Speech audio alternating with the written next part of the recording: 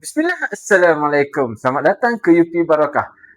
Kali ni, Ana nak kongsikan pada semua satu kes menarik yang terjadi pada seseorang yang baru pulang dari hospital.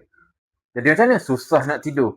Sama-sama kita tonton. سئل من الجن والإنس والوهوس وغيرهم من سائر المخلوقات من بشر أو شيطان أو سلطان الوسواس فرد نظرهم في التكاس وقلوبهم في الوسواس وأيديهم في الإفلاس وأوبقهم من الرجع إلى الرأس لا في صخر يقطع ولا في جبل يطلع بمعة ألفي لا حول ولا قوة إلا بالله العلي العظيم.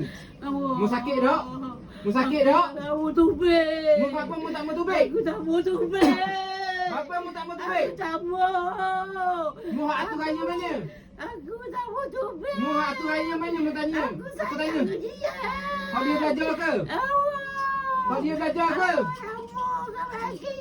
Orang bagi? Orang bagi ke dia? Ha? Orang bagi ke dia ke? Dia terima? Dia terima. Dia terima. Lepas tu aku nak mulai hari ni melepas dia, boleh? Boleh ke tidak boleh? Kalau tidak aku sakit kamu, boleh? Aku tak mau tubik. Mu tak mau tubik, mu nak sakit dengan aku. Tak mau tubik. Mu nak sakit dengan aku. Bismillahirrahmanirrahim. Ya Hayyum, Ya Alim, Ya Qayyum, Ya Malikil Haq. Bismillahi Allahu Akbar. Bismillahi Allahu Akbar. Mu nak sakit dengan aku? Ha? Allah, aku tak mau tubik. Aku sayang kamu. Aku nak tanya mu. Mu Islam ke kafir? Islam. Mu Islam. Lepas tu apa mu duduk dalam tubuh dia? Aku sayang dia. Okey, mu ni hak lagu mana? Sangat tubuh ke?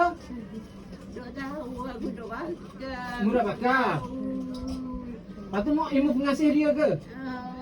Ilmu pengasih? Ke ilmu penunduk laki dia? Ha? Ada mana? Ada belakang. Ada belaka? Rupanya, individu ini pernah belajar ilmu pengasih suami dan penunduk suami. Apabila ruqyah dibacakan, kesan ilmu tersebut muncul. Ini menjadi pengajaran untuk kita semua agar hati dan tindakan sentiasa dijaga. Jadikan kes ini sebagai pengajaran. Jangan lupa like, follow, subscribe untuk kes-kes seterusnya di UP Barakah Channel. Ikhtiar dengan ilmu, sembuh dengan izin Allah. Assalamualaikum.